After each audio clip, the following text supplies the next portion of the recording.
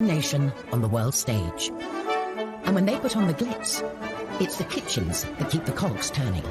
An army can't fight on an empty stomach, and a monarch can't rule without having some food.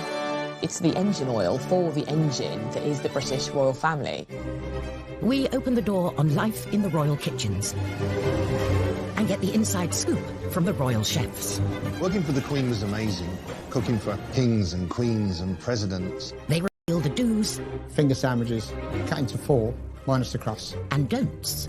You try and serve strawberries to the Queen in January and it's off to the Tower. You're really in trouble. Of serving Her Majesty, whose private dining habits are not as extravagant as you may think. She eats her dinner off a tray, looking at the television. She likes it. We discover the length our royals go to in the name of diplomacy. It's very phallic. They didn't have to put the whole thing in their mouth, which would have been pretty gross. And delve into the shocking history of royal health and safety. It's a wonder, really, that the whole place didn't go down with cholera and typhoid. And reveal how Harry's kitchen curiosity could have scarred him for life. If I'd not been like Usain Bolt racing across the floor, he would have yanked that pan down. This boiling water would have gone all over him. These are the secrets of the royal kitchens.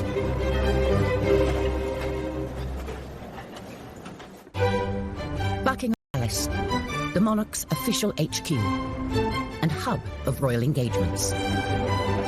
At its core is the kitchen, a well-oiled machine with the capacity to cater on a mind-boggling scale. Every year, the royal family cater for thousands and thousands of people, and just at Buckingham Palace alone, it's 50,000 people every year.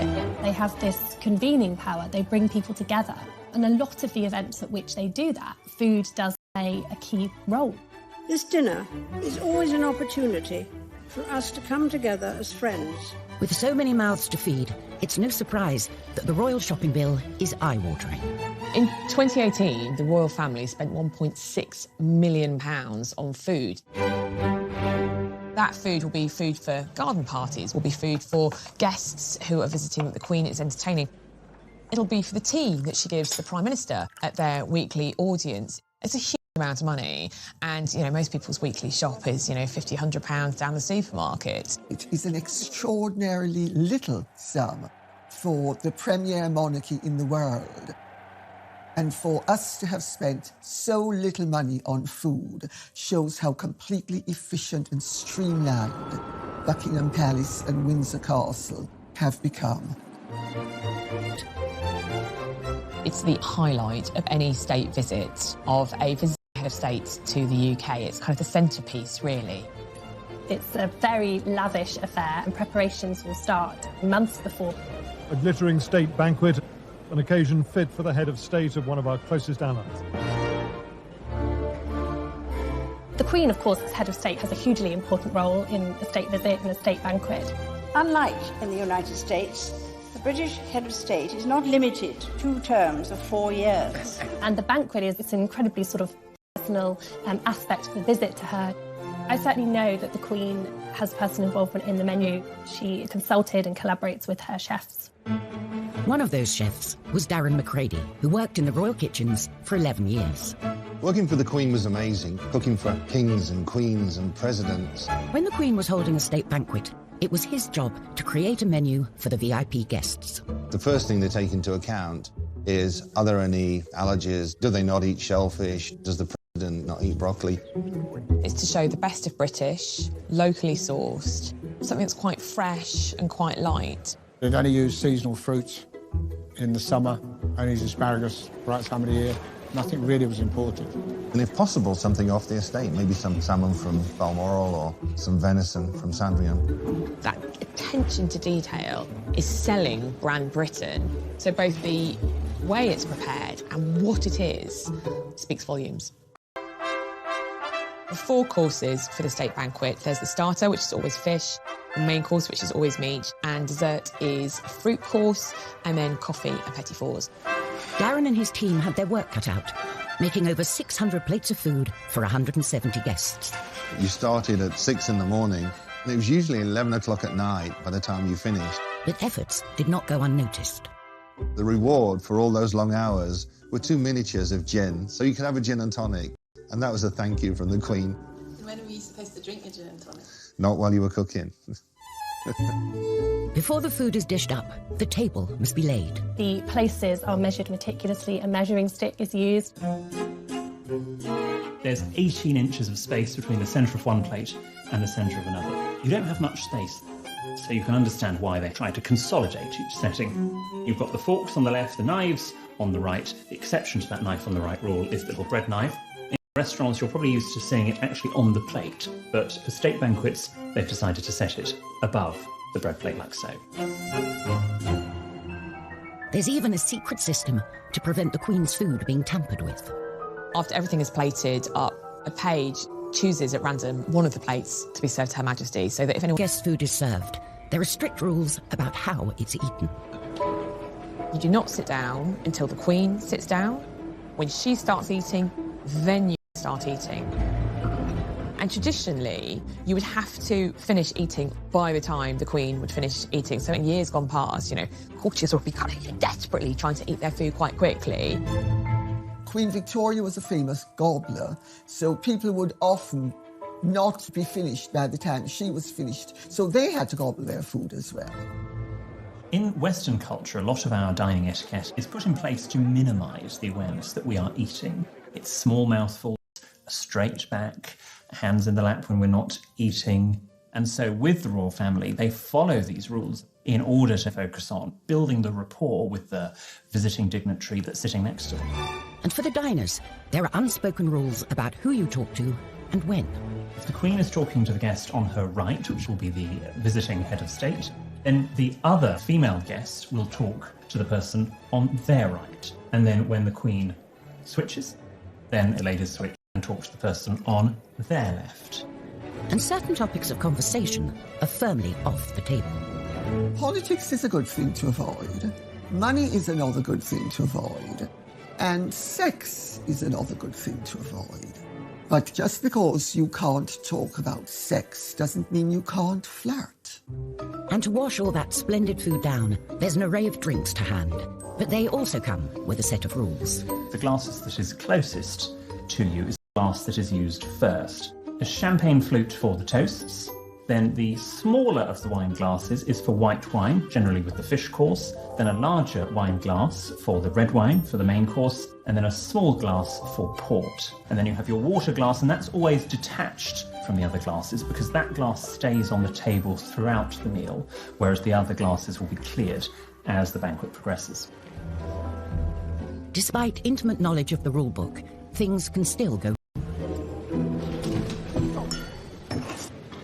Prince Philip uttered blast as his glass dropped to the floor at a state banquet in 2003. Luckily, heads of state politely carried on as if nothing had happened. Coming up, we reveal the shocking past of Buckingham Palace's kitchens. It's a wonder, really, that the whole place didn't go down with cholera and typhoid. And uncover how a palace disaster could have scarred Harry for life. Not been like Usain Bolt racing across the floor, he would have yanked that pan down, this boiling water would have gone all over him.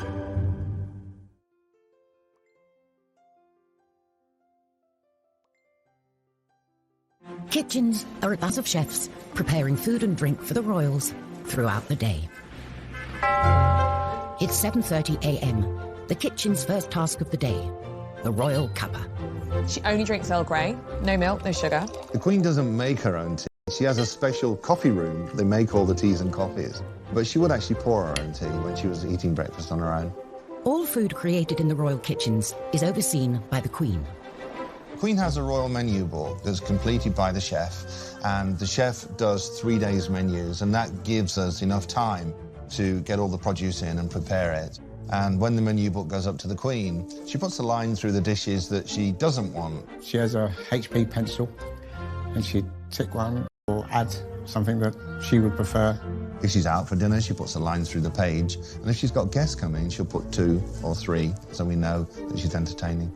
The Queen has particular tastes that a chef ignores at his peril. She knows what she likes, nothing too spicy, because she meets that many people. The last thing she wants, I can smell garlic in my breath, or last night's curry. The Queen doesn't eat garlic, and the Queen doesn't serve garlic, because the Queen is concerned that garlic clings to the being, and you can smell it on the breath.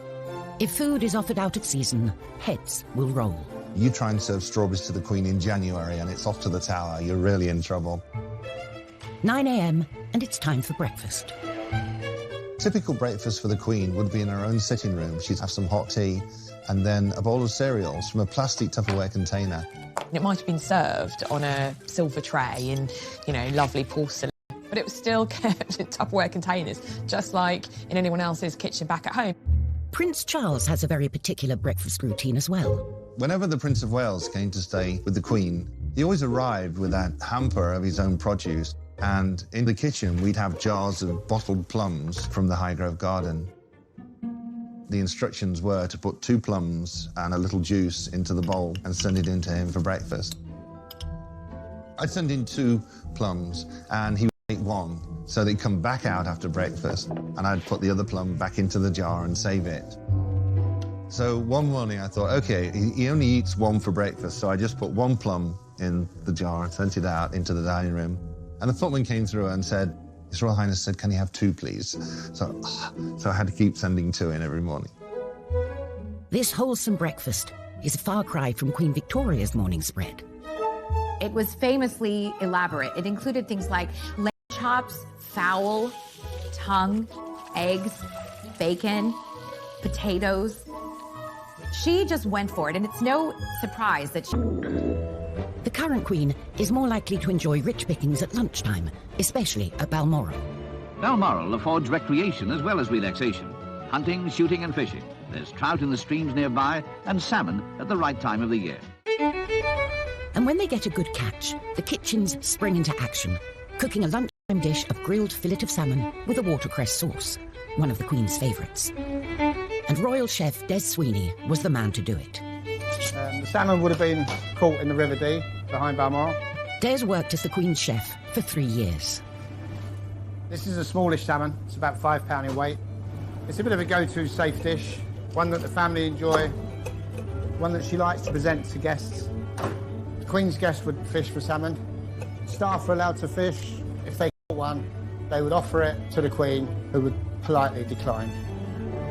So I've got a fillet off. These are pin bones. They're very, very small.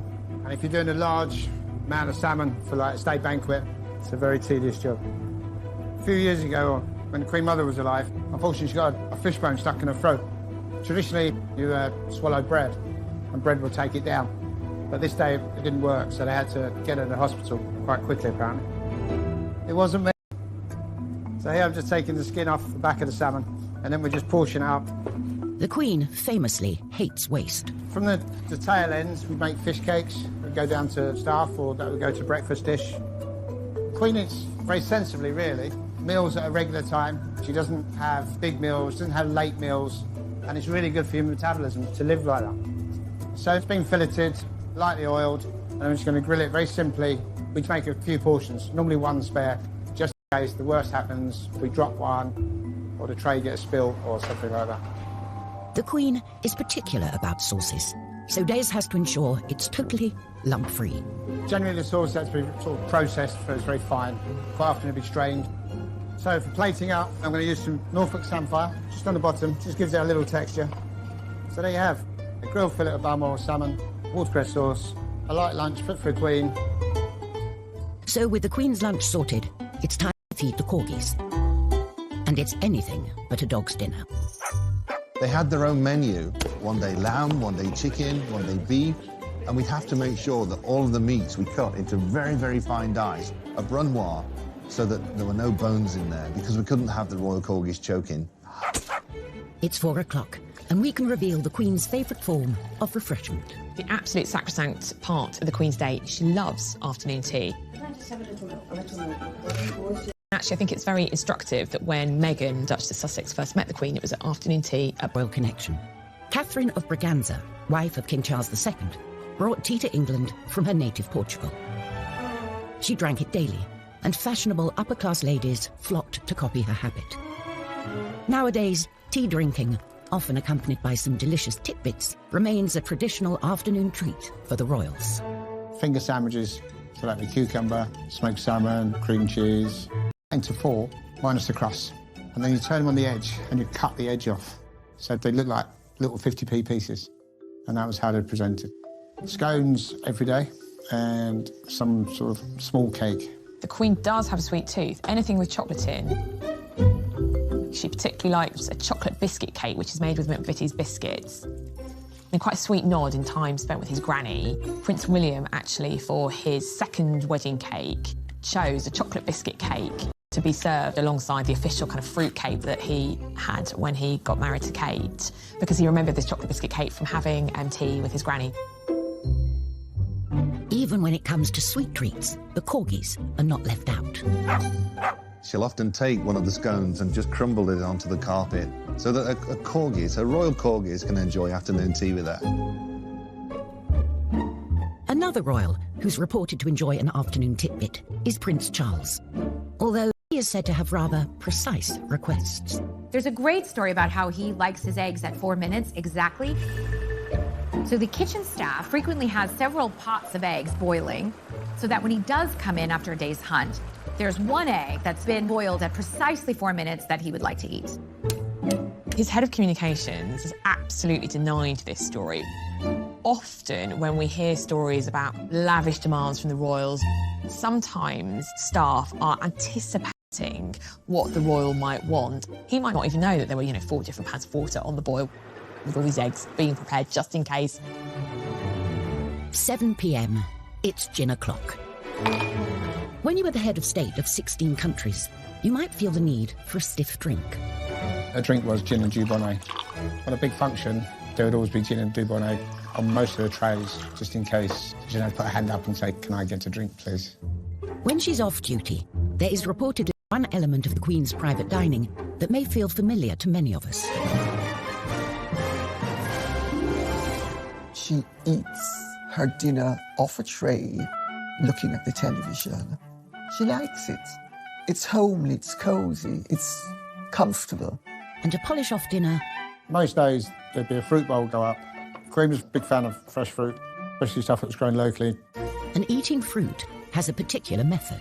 Now, this is how the Queen would eat and cut off one end, then we cut off the other end, and then we turn the knife on its side and go into the skin, like so, and then prizing it open, and then cut a little bit off and eat like so. But there are times when the royals need to pop out for a treat that really hits the spot. It's the best thing I've eaten for a very long time. Can I pause you on that? Absolutely. Fast foods were also tempting for the royal princess. William and Harry, they loved pizzas, burgers. They loved me to cook them burgers. I remember coming into work one morning and Nanny had asked for roasted chicken and she wanted lots of green vegetables served with it too. Well, I think William or Harry must have looked at the menu and thought, we don't want that. When I came in the evening, there was a note on my desk and it said, "Darren, please give the boys pizza for dinner tonight, signed Jess." I looked at it and thought, why is this in the writing of a 5-year-old? And then I realised who'd written it. They actually got the roasted chicken. I was scared of the nanny. The boys' love of food nearly got one of them into serious trouble. I was cooking spaghetti bolognese for them. I had a big pan of water on the stove. And Prince Harry came in and I just happened to turn and look, and he put his hand up on the pan and said, "What's in here?" And if I'd not been like Usain Bolt racing across the floor, he would have yanked that pan down. This boiling water would have gone all over him. Oh, that was a scary day. The modern royal kitchen is hot on health and safety, but that wasn't always the case. Kate Williams has come to the National Archives to expose a shocking state of affairs. When Victoria turned 18, she became queen and moved from Kensington Palace to Buckingham Palace. But Buckingham Palace had been neglected for 7 years, and almost immediately after the Queen moved in, there started to be complaints about the unholy stink. An investigative scientist was put on the case. What I've got here is this amazing report that was made by Dr. Leon Playfair in 1845. He says that What he's been asked to do is look into the evil complained of and ascertaining the causes which vitiate the air in that building. As he says here, the smells in the palace are so powerful as to produce nausea and feelings of sickness. And I think there had been some perception that perhaps it was the fires or the gas lights that had caused this horrible atmosphere. No, he said, the main evil is the kitchen. He says, I'm reminding you that one of the largest sewers in the world runs, unfortunately, through the precincts of the palace. Actually, it ran under the kitchens, and if this wasn't bad enough, there are a lot of unsanitary practices in the kitchens, including piling up the rubbish in the dustbins, which were, he says, filled with garbage of a very bad description. And next to them were urinals for the use of the male servants without a flow of water. You can't flush them. And actually, he's really quite rude about the palace. He says, I could not have believed it credible that such an extraordinary instance of scientific ignorance existed in any building in the present day. He cannot believe it. So you've got a potent combination here of rubbish, of unsanitary practices, and of disgusting sewage. They are all eating food in these incredibly unsanitary conditions. It's a wonder, really, that the whole place didn't go down with cholera and typhoid. Coming up, a right royal mix-up in the kitchen. I said, the gardener wants to speak to you. And he went back upstairs, and I walked with him, and he said, oh, good morning, Royal Highness. And I thought, it's not the gardener. And Kate and William are faced with a rather phallic diplomatic dilemma. Try a bit, think of England, carry on. They didn't have to put the whole thing in their mouth, which would have been pretty gross.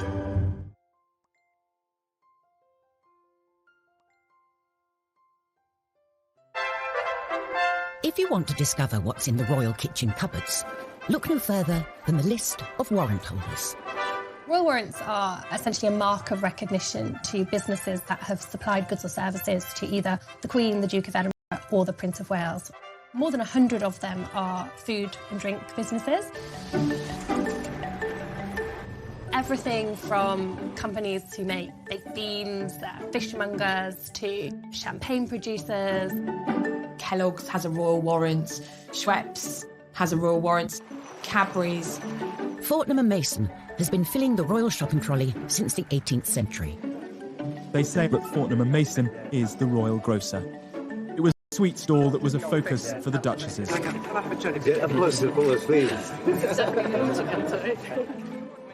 It's not to be confused with freebies. The royal warrant recipients are not necessarily providing free swag to the royal family. They're just preferred suppliers. And brands need to have supplied a royal household for 5 years. Then they can upgrade their packaging. When a business is granted a royal warrant, that allows them the opportunity to display a royal coat of arms on their packaging. Obviously, that's a huge accolade. But like all of us, royal tastes can change. Sometimes royal warrants can be revoked just because the royals have decided that they've gone off something. So Carr's Water Biscuits, which used to supply cheese biscuits to the royal family, they reapplied for their warrant and it wasn't granted. Balmoral is a company that has been supplying the monarchy for generations. A whiskey distillery, first granted a warrant by Prince Albert in 1848. On a recent visit, Prince Charles got stuck in, checking the goods were still worthy of this honour. We disrupted, and then we were getting up some pears, particularly tin pears. With a nod of approval given, it's back to Balmoral, where the kitchens are gearing up for a visit. Chef Darren McGrady accompanied the royals on several trips, and it's safe to say they don't pack lightly. All the equipment would go from Buckingham Palace. Knives, spoons, ladles, pots, pans, dishes, everything would go up to Balmoral Castle. It took lots and lots of planning. You had to make sure that all the food was ordered to go into Balmoral Castle, where we were going for 4, 6, 8 weeks. And although the kitchen staff and equipment are the same, the royals like to muck in. Prince Philip loves to cook 3, 4, 5 nights a week. They would actually go off and barbecue in the hills. That's when the royal family liked to sort of relax and let their hair down. Once the trappings and routine of royalty are quietly laid aside, the few precious unwinding weeks at Balmoral are a time, too, for a gathering of strength for the year ahead. The job of being royal is strenuous. Prince Philip was very interested in food, and he'd come down and help choose the ingredients for the barbecue. And the Queen used to put the salad together. Food is still chopped up in the kitchens, so all they have to do is mix it up. For us, it was good. It was more like a night off. Still served on nice china, it's still served on nice silver, but they serve it themselves. And then afterwards, the Queen would actually rinse and scrape the dishes. I mean, imagine that. However, some felt it wasn't fitting for the Queen to be getting her hands dirty. Once when Mrs. Thatcher was up at Balmoral, she noticed that the Queen was doing the washing up without gloves. So Mrs. Thatcher went and bought her some rubber gloves and sent them to her, which was rather sweet. The sort of present that she would love. It wasn't just gifts that arrived unexpectedly. I was in the kitchen, I was on my own in there. And this old man walked in. And he was wearing tatty old clothes and he'd got this cardigan on with the arms all worn out. And he said, "Where's the chef?" And I said, "I'll just get him for you, sir." And I went down and found the head chef and I said, "The gardener wants to speak to you." And he went back upstairs and I walked with him. And he said, "Oh, good morning, Royal Highness." And I thought, it's not the gardener, it's Prince Philip. The kitchens also play a key part in royal travel. The royals all over the world. The Royal Yacht Britannia arrives at Monrovia in the African Republic of Liberia with Queen Elizabeth, who is winding up her tour of African nations. On board, the Queen hosted politicians and dignitaries. And for the chefs, logistics were at the top of the menu. The food had to be sent down to Portsmouth where it could be loaded onto Britannia and put in the freezers. And by the time we flew out with all the fresh produce, we were there, we were planned, and we were ready to cook. But cooking on a ship has its own challenges. You're in a confined space, the kitchen's not very big, you don't know where anything is. There was a lot of people, a lot of dignitaries, a lot of VIPs, a lot of security. A lot of them would come through the galley. So you'd be cooking away, and next thing there's more people walking through. It's like, is he working in the kitchen or is he VIP? I don't know what he is. For a royal chef, the show must go on, come hell or high water. We were sailing into a storm. I put chocolate souffle on the menu, and that was a big mistake. He'd gotten around to my course, I put the souffles into the oven, and I went outside, and the storms were getting worse. I came back inside, looked at the souffles, and they were rocking around in the bowl. I just went outside, threw up over the side of Britannia. Oh. Sometimes it was so bad, the Queen would helicopter off and fly ahead, and it was like, OK, it's going to be rough. And of course, Prince Philip loved it. Yay, let's go, because he used to be a sailor. On tour, digestive disasters for the royals are to be avoided at all costs. When a royal goes on tour, huge consideration is given to what they eat. Just a little bit. Individual tastes taken into consideration. They might say, well, Prince William likes curries, or, you know, the Queen, for instance, famously doesn't eat shellfish. Not because she doesn't like it, but because obviously shellfish can give you an upset stomach, and if you're doing an important diplomatic tour, you don't want to miss a day because you're sick.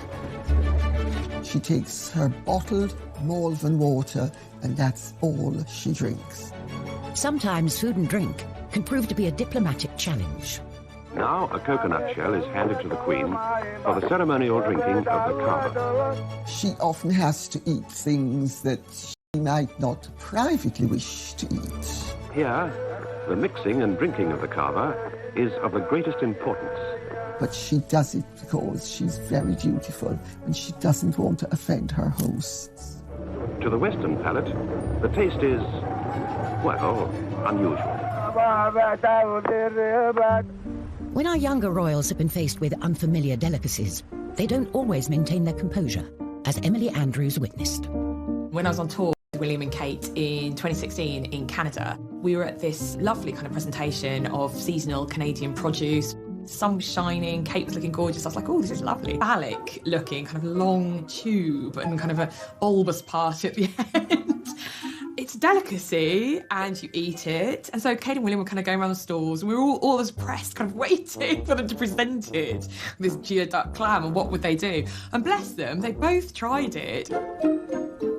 They managed to stifle any kind of giggles. There was a slight giggle from Kate. So the etiquette there would just be to pick up the food item, have a little nibble, make some polite remark, and then place it down. Try a bit, think of England, carry on. I think they had a chopped up bit. They didn't have to put the whole thing in their mouth, which would have been pretty gross.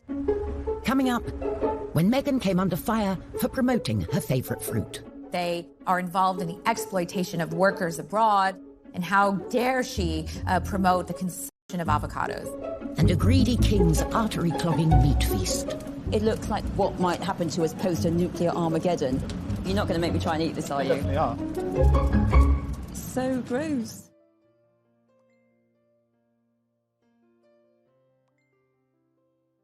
Whether it's hosting a state banquet or barbecuing in Balmoral, the royal requirements are the same. Produce must be locally sourced and sustainable. It's an attitude that now seems surprisingly modern.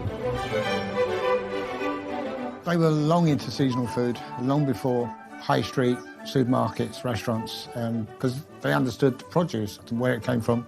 For Prince Charles, this interest in how food was grown became a passion. He introduced organic food into all the royal palaces. I mean, apparently he used to set up at Sandringham kind of literally with armfuls of organic produce from Highgrove. His personal house in Gloucestershire, and Prince Philip was like, what's this? So Charles's kind of, funny little habits. Prince Charles is notorious in country house circles for when he comes to stay, he often brings his own food. Not everybody thinks it's a good thing to do, but people put up with it. It's one of his eccentricities. Prince Charles was mercilessly mocked when he professed his love of organic food. He believed and saw very early on the damage that pesticides could cause. Organic farming delivers the highest quality, best tasting food produced without artificial chemicals. When he launched the first oat biscuit, and there were huge headlines saying a shop soiled royal. So in an even more soiled capacity, I'm here today just to say nothing could give me greater pleasure than this unveiled dinner. Sales of Dutch originals at Waitrose have now exceeded £1 billion and also raised £27 million for his charitable foundation. So he's clearly very pleased about that. A newer member of the royal family has also used food to champion a good cause, in kitchens far removed from royal palaces. Before Meghan even joined the royal family, she was making private visits to the women of the Hub Community Kitchen, where women had gathered to cook for the community. This is the one project Meghan has made her own. The community kitchen in the shadow of Grenfell Tower the Duchess of Sussex has been coming to for many months. And she said how she instantly felt very at home and very welcomed by that community. And a big part of that was this sort of common love of food. She loves with us, and then she knows about our family, we know about her, so it's nice. And she came up with the idea of making a cookbook. So using all the ladies' recipes and indeed her recipes to raise money for this community kitchen. With the attention that someone of her celebrity can bring to this cause, the book has been flying off the shelves. The money that it raised was ploughed back into the community kitchen. It was completely renovated. And I remember at the launch, Meghan said that she felt that she'd almost come home meeting these ladies because it was a kind of such a melting pot of different nationalities and identities, and how food bound them all. Before she met Harry, Meghan wrote publicly about her love of creating in the kitchen. We know the most about her in terms of food in comparison to anyone else because, of course, she had a blog called The Tig where she wrote about her love of food and she shared recipes and she spoke about the meals that had influenced her and what her view on food was. She likes to eat clean and green. There's reports of her wanting to eat vegan during the week, so very much kind of plant-based food, and she certainly doesn't, I don't think, eats a huge amount of red meat. The modern royals seem to be much more interested in food, healthy eating, and I think that's exciting. For royals of the past, healthy eating wasn't a priority. Henry VIII lived a life of gluttony and excess, and championed grotesque and meaty concoctions in the kitchen. Cockentrice was one of his favourites. Historian Kate Williams is going to meet Andrew Clark, a chef who still uses an open fire and has been preparing this calorific creation. Oh my goodness, I've read so much about the cockentrice and I've never actually seen one, and there it is. Half pig and half chicken. It looks like the most terrifying mutant thing I can possibly imagine, kind of what might happen to us post a nuclear Armageddon. You're not going to make me try and eat this, are you? Definitely are. I've really got to live like Henry VIII. Okay. trotters and then the chicken legs. It's so gross. The cockentrice was created by taking half a pig and half a chicken and stitching them together. There's no nice way of stitching this, really. It's all quite Frankenstein. Henry VIII's kitchens were the largest in Tudor England, making over 800 meals per day. Pretty freaky, huh? The cockentrice was roasted on an open fire and served up by the king to his waiting VIPs. If you're Henry VIII's chef, you're just giving him a big signifier of his power here. You're really showing off his brilliance because only he can afford the best people who can make this incredible, creative, time-consuming dish. Henry basically spends the equivalent of £5 million on a massive showing off. How can we think of the craziest thing to do? I know, let's stuff a pig with a chicken. You know, how fun is that? Would you like to try some? I'm kind of terrified. And also, I'm quite excited because it does smell good. Well, let's give it a go. Let's see give what it a it's go. Oh my gosh. Thank you. So I used to be a vegetarian. It's a good thing I'm no longer. Otherwise, I might be quite traumatised. Okay. That is beautiful. If I was at Hampton Court eating this rather marvellous meat, I think I'd be pretty impressed. Well, I think we should drink to the cockentrice. Cheers. Cheers. The humble chicken has taken centre stage for our modern royals too. Famously, Meghan and Harry got engaged as they were trying to cook a roast chicken. Just a standard, typical night for us. Cozy night. It was what we're doing, just roasting chicken and Roasting having a chicken. Trying to roast a chicken. trying to roast a chicken. I think Harry said trying to cook a roast chicken. I mean, we know that Meghan is a very accomplished cook. Very romantic. He got on me. Dying to roast dinner, but that's great. That's, you know, shows that they're normal. It's something that we can all imagine doing. It's not something that we think, oh, well, that's because they were royal, they were doing that. And any meal they eat can make the news. But it's not always a welcome headline, as a friend of Meghan's discovered on a visit to Kensington Palace. He posted what I'm sure he felt was a very innocuous photo of avocado toast and wrote that Meghan was the avocado whisperer because she does such great avocado toast. One newspaper absolutely went after Meghan for eating avocados, saying that they are involved in the exploitation of workers abroad and how it's a controversial thing to eat and how dare she promote the consumption of avocados. An unconventional life in the limelight hasn't stopped the brothers from having an ordinary approach to food. We're living together as brothers, and it's fantastic. It really is. He does most of the cooking. I just laze around watching TV. If you think about William when he was at university, he did have that regular university experience. You know, he lived with other students and that he did the things that other students do, and that would have extended to the way that he ate as well. He certainly wasn't up in St Andrews with a chef who was preparing his meals. You know, that just wasn't happening. And same way with Harry when he was in the military. He didn't go with his own chef. It was very much a case that he fitted in and did what everyone else did. So they do have that pretty ordinary relationship with food. They bring it up to modern day, aren't they? It's the new kids on the block. Harry and William don't want to live like grandma. When William and Kate had apartment 1A at Kensington Palace renovated, they famously had 2 kitchens put in. One kitchen for them to use personally, and also a professional kitchen for hosting events at Kensington Palace. Kate in the papers was dubbed 2 kitchens. When faced with a baking challenge, Kate can definitely rise to the occasion. William, however, could do with a little practice.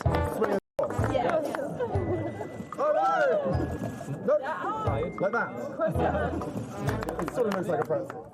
Of course, when we think about the royals, and particularly the Queen, you know, they have loads of staff to do everything for them. But actually, Kate cooks a lot of their meals herself. And I think she likes to do that because, like most of us, that's the heart of her family life. Whatever the royal family eat and wherever they are, the eyes of the world are watching. They are very much on display, and every engagement that they do, they are watched very closely. We might have to come down there for lunch. Everything they eat and drink becomes the story. And even though the modern royals have a more hands-on approach to food, their chefs will always have a vital role to play. Kate will not be queen in a tiara going shopping around Waitrose. That's not going to happen. She wouldn't have time in any case. She's going to be too busy. But whoever is on the throne, the royal kitchens will always be at the heart of the monarchy. Food is very important when it comes to the way that we function as a country diplomatically. That's going to continue to be a key feature in the future. It's the engine oil for the engine that is the British royal family. An army can't fight on an empty stomach, and a monarch can't rule without having some food.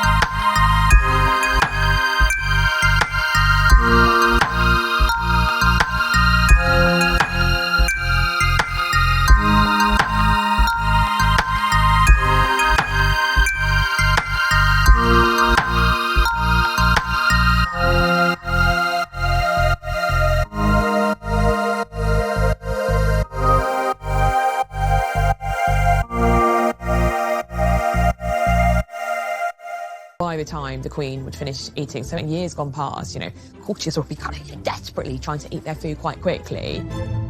Queen Victoria was a famous gobbler, so people would often not be finished by the time she was finished, so they had to gobble their food as well. In Western culture, a lot of our dining etiquette is put in place to minimise the awareness that we are eating. It's small mouthfuls, a straight back, hands in the lap when we're not eating. And so with the royal family, they follow these rules in order to focus on building the rapport with the visiting dignitary that's sitting next to them. And for the diners, there are unspoken rules about who you talk to and when. If the Queen is talking to the guest on her right, which will be the visiting head of state, then the other female guests will talk to the person on their right. And then when the Queen switches, then the ladies switch and talk to the person on their left. And certain topics of conversation are firmly off the table. Politics is a good thing to avoid. Money is another good thing to avoid. And sex is another good thing to avoid. But just because you can't talk about sex doesn't mean you can't flirt. And to wash all that splendid